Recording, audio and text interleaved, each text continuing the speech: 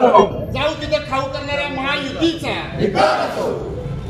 रस्त्याचे पैसे खाणाऱ्या प्रशासनाचा, रस्त्यातले पैसे खाणाऱ्या प्रशासनाचा 100 खोके, डांबराचे खोके,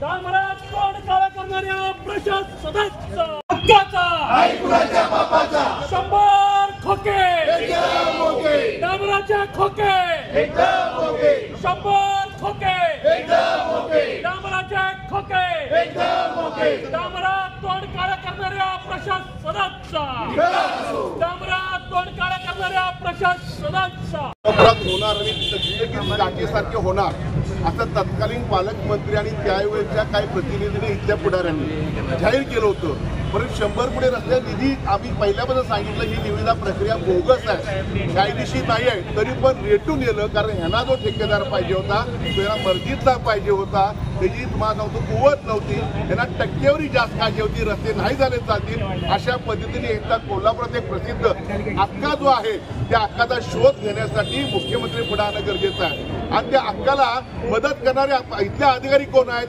आपली खुर्ची वाजवून आहेत. तत्कालीन नगर अभियंता चीफ ऑडिटर त्यांनी कशाचा विचार न करता त्याला काम दिलं. तो सोलापूरचा ठेकेदार असला तरी काम करणारा कोल्हापूरचाच माणूस आहे. आणि आता म्हणजे रस्ते 16 झाले, 10%, 15%, 30%, 40% झालेत आणि शासनाने निव्वळ आमची फसवणूक केली आहे. या सरकारने माफी मागितली पाहिजे. 100 कोटीची निविदा काढली पण आतापर्यंत नुसतं 23 कोटी दिले आहेत, बाकीचे पैसे